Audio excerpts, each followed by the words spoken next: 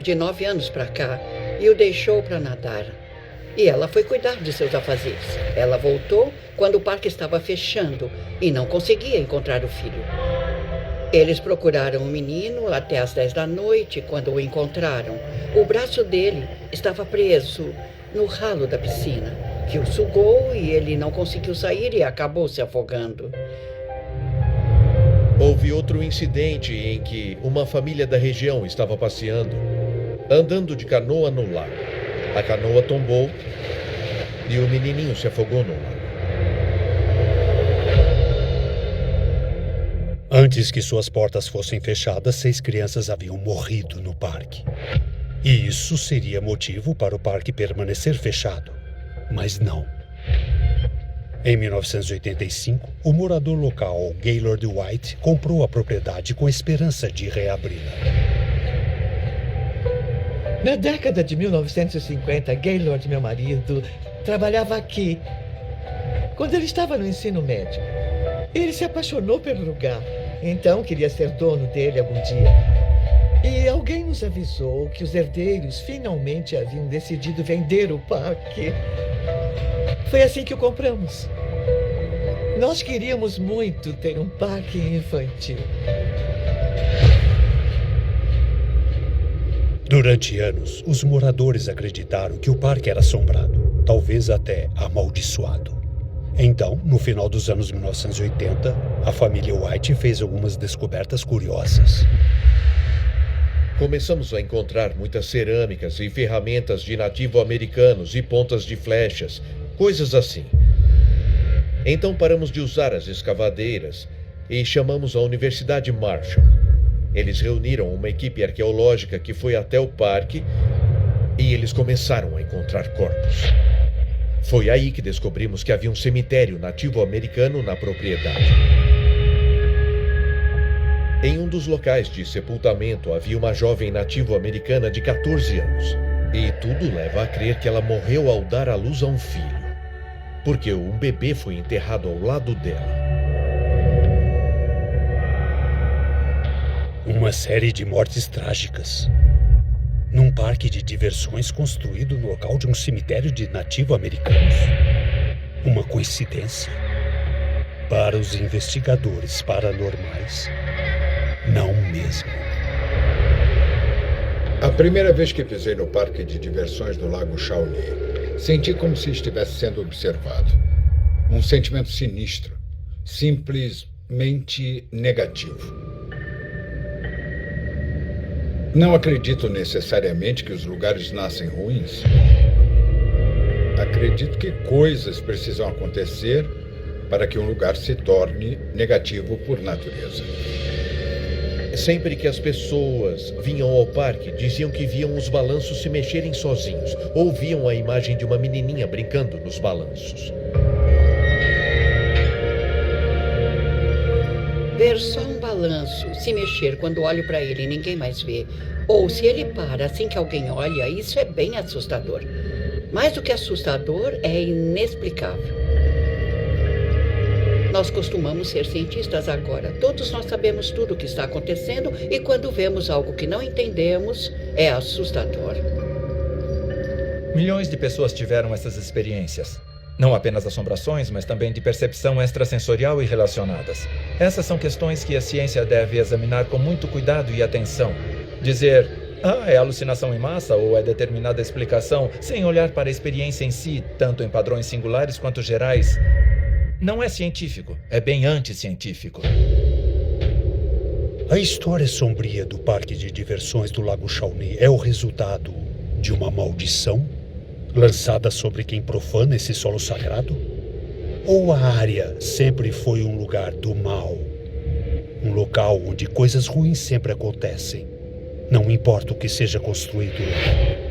Talvez a resposta esteja num lugar onde alguns acreditam que o mal não só acontece, mas pode ser medido, não só através de medo e sofrimento, mas cientificamente.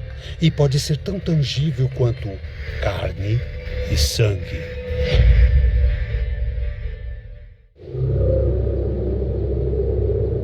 Cayuga, Indiana.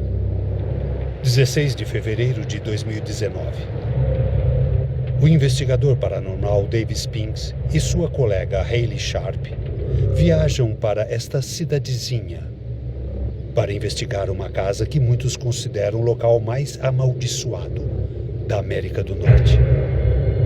Chamada de Willow's Weep, foi o local de uma série de mortes terríveis, desde que foi construída no século XIX.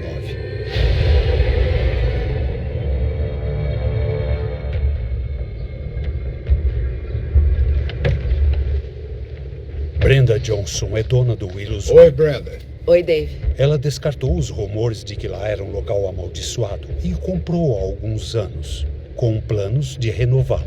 Minha assistente Hayley. Oi. Muito prazer. Mas eventos recentes a convenceram de que Brenda pode ter cometido um erro terrível. Por isso, ela convidou Dave e Hayley para investigar a casa e ver se suas experiências estranhas podem ser verificadas. Então, como você está? Não é bom ficar aqui. Eu passei mal ontem a noite toda pensando que teria que vir a esta casa. Fale um pouco sobre a casa, sobre as experiências aqui.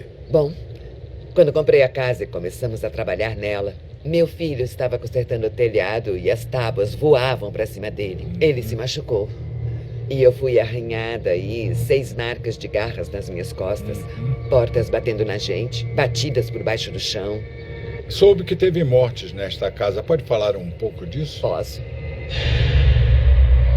O homem que construiu a casa morreu na banheira. Houve 2 suicídios e depois um enforcamento. E ouvi dizer que 3 homens foram envenenados. Uns 6 meses antes de eu comprar, um homem cometeu suicídio aí. Ele caiu na poltrona. Foi onde encontraram ele? Encontraram ele alguns dias depois, né? Uma semana. Uma semana? Uma semana mais tarde, tá? Acha que o que tem na casa é maligno? Sim, eu acho. Sem Acho dúvida. mesmo, sem dúvida. Se não fosse maligno, não machucaria as pessoas. Acho que não há nada de bom aí. A casa foi construída no final do século Em XIX. 1890, isso. E em relação ao formato da casa, ela tem a forma de uma cruz. Uma cruz de cabeça para baixo. Estranho. Sim, muito estranho. Acha que o cara que a construiu gostava de coisas estranhas, tipo ocultismo? Por que construiria uma casa assim se não estivesse aprontando algo? Exatamente. Estamos prontos para entrar na casa e investigar. Quer nos acompanhar? Não mesmo. Nunca mais entro lá. Nunca mais. Tá. Vamos entrar lá e investigar. Tá bom? Vamos lá. Beleza. É bem pesado aqui. Com certeza. Mas e aí, onde é que você quer ficar? Bem aqui. Ok. Para ver se a casa pode conter anomalias estranhas, Dave e Hayley usarão um sensor de temperatura, que pode detectar flutuações nos campos de temperatura e eletromagnético.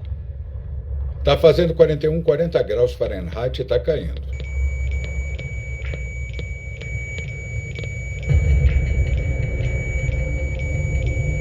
Seja o que for, gosta dessa área.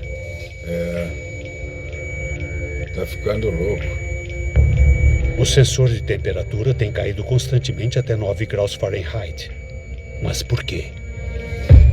A sala parece estar bastante ativa até agora. E a casa toda está, mas temos muitos indicadores aqui neste dispositivo. Esta é a poltrona que a Brenda falou.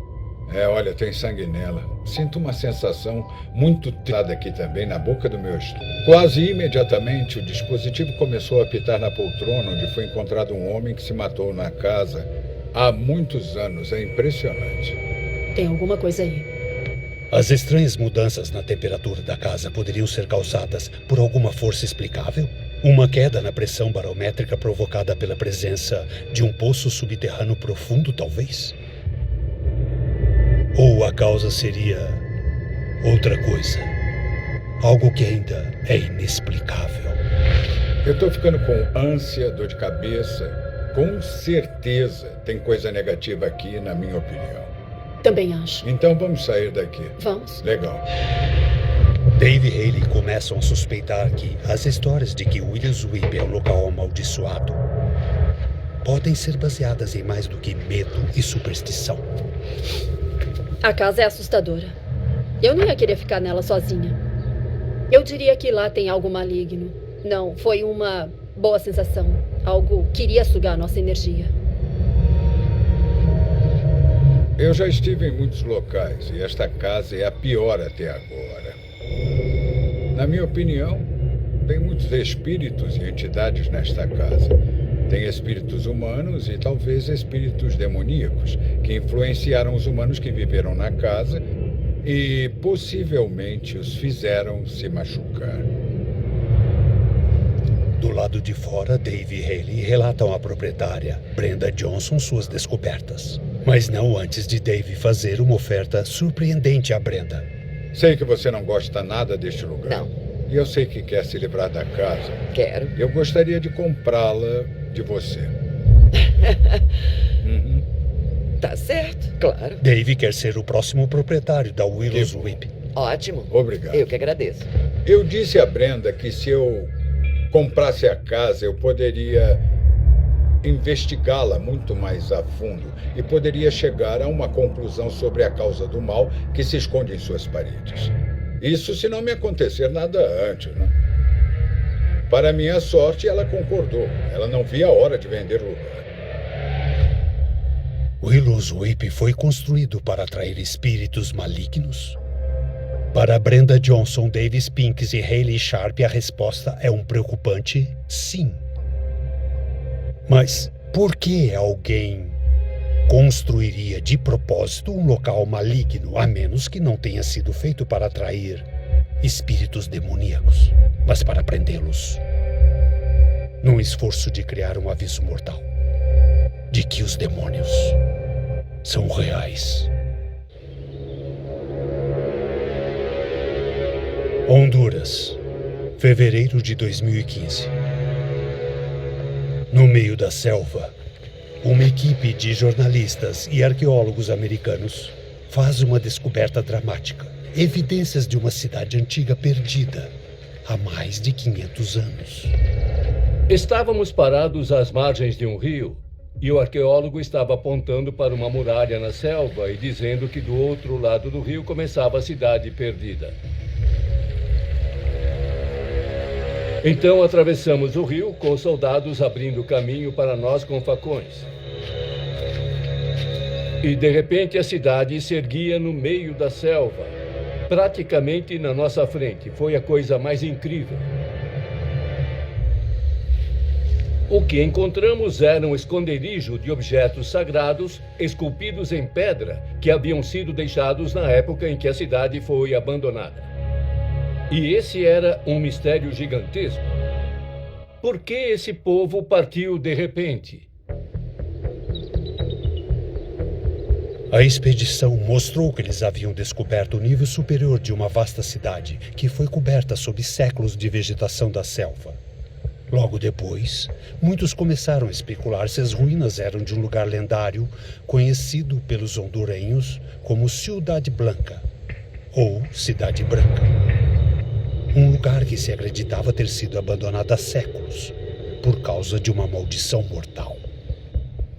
Quando fomos fazer nossa expedição, em 2015, muitos hondurenhos, o pessoal da Força Aérea hondurenha que estava conosco e o das Forças Especiais disseram: "Ah, sim, a minha avó, o meu avô me falou dessa cidade perdida quando eu era criança." E disseram que era amaldiçoada. Disseram: "Se você for lá e pegar uma flor, você vai morrer ou nunca mais voltar." Bom, no caso da Cidade Branca, há uma tradição muito interessante de um índio Tauaca que foi morar lá com eles. E eles recusaram abrigo e o perseguiram. Em troca, ele amaldiçoou a cidade e amaldiçoou aquela área. De modo que se tornou uma área venenosa para se viver e as pessoas tiveram que abandonar a cidade. Ouvimos essas histórias, mas somos cientistas, somos antropólogos, arqueólogos, etnobotânicos, sabe, não acreditamos em maldições. Ou era o que pensávamos. Mas, às vezes, as maldições são baseadas na verdade. Depois que concluímos nossa primeira expedição, todos voltamos vivos, ninguém foi ferido, nos cumprimentamos, bebemos cerveja e falamos: nós conseguimos! Todo mundo sobreviveu. E todos levaram picadas de insetos. Eu não pensei nisso até um mês depois. E 60% da nossa equipe, incluindo os hondurenhos, tiveram uma picada de inseto que não sumia. Ela ficava maior. Até que uma hora virou uma grande ferida aberta, uma grande úlcera. Algumas pessoas ficaram muito doentes, 2 quase morreram. Pedimos um diagnóstico ao Instituto Nacional de Saúde. Eles disseram: vocês têm leishmaniose, mas não é uma leishmaniose comum. Essa é totalmente nova. Acabamos de traçar a sequência genética. E é bem virulenta, como nós nunca vimos antes. Mais conhecida como a doença que come carne, a leishmaniose é uma doença parasitária rara que se espalha pelas picadas de certos mosquitos palha. A doença devora a pele dos membros, nariz e boca. A nova cepa que infectou os exploradores é particularmente agressiva e, se não for tratada adequadamente, é fatal. Mas mesmo assim, uma doença parasitária dificilmente é prova de uma maldição antiga. Ou é? O interessante na lenda dessa maldição é que ela realmente parece verdadeira. Como podemos explicar que, há centenas de anos, um homem deixou uma maldição dizendo que as pessoas seriam devastadas por doenças e todas essas coisas para sempre, e aí vemos isso acontecer. Foi uma coincidência a equipe americana contrair uma doença mortal e até então desconhecida num local supostamente amaldiçoado? Ou a maldição poderia ser real? Para o jornalista Doug Preston, a resposta é óbvia. Eu achava que as maldições eram bobas, mas agora não. Quando for a algum lugar e me disserem que é amaldiçoado, vou pensar 2 vezes antes. Se locais amaldiçoados realmente existem, é possível curá-los? Livrá-los da peste que infecta quem se aproxima demais? Há quem acredite que a resposta é um sonoro sim. E isso envolve combater fogo com fogo.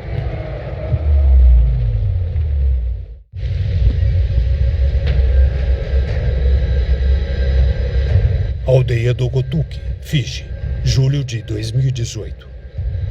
Membros de uma igreja incendiaram 2 casas e as queimaram inteiras. O incêndio era para limpar a vila de espíritos malignos responsáveis pelas mortes de 20 pessoas. Essas casas eram antigas, mas eram tradicionalmente associadas a práticas mágicas. E enquanto essas coisas aconteciam, sabe, enquanto queimavam esses locais, alguns moradores relataram ter visto um demônio sair das cinzas. E relataram todo tipo de coisas assustadoras que aconteceram quando tentaram queimar essas casas. Então a pergunta é, eles conseguiram se livrar do mal naquele lugar? Ou só o provocaram ao queimar aquelas casas? O fogo é um meio muito comum de purificação espiritual. Diversas tradições incorporaram o fogo em algum sentido. Muitas vezes por suas propriedades destrutivas, mas também propriedades de limpeza. Recebi muitas pessoas no meu programa de rádio que aparentemente costumavam limpar casas e áreas amaldiçoadas. Falaram em colocar sálvia em torno da casa e coisas assim que afugentam os espíritos malignos. Mas, em geral, não sei se isso funciona. Acho que se um local é amaldiçoado, ele vai assombrar e fazer o que tem que fazer. Acho que existem energias na vida que não entendemos, criadas pelas nossas próprias mentes ou nossa própria energia física, ou talvez a energia física de um local. Há lugares onde as pessoas morreram de modo violento ou trágico, e isso gera uma energia sombria. Pode haver espíritos negativos, fantasmas, e essa força que atua dentro deles também afeta as pessoas. Eu já estive nos locais mais malignos e desagradáveis que se possa imaginar. E eu vi a vida das pessoas ser arruinada por essas forças negativas do mal. E, na minha opinião, alguns desses locais estão manchados para sempre com o sangue e a energia desses eventos trágicos, desses assassinatos, desses suicídios. E, para mim, isso nunca some.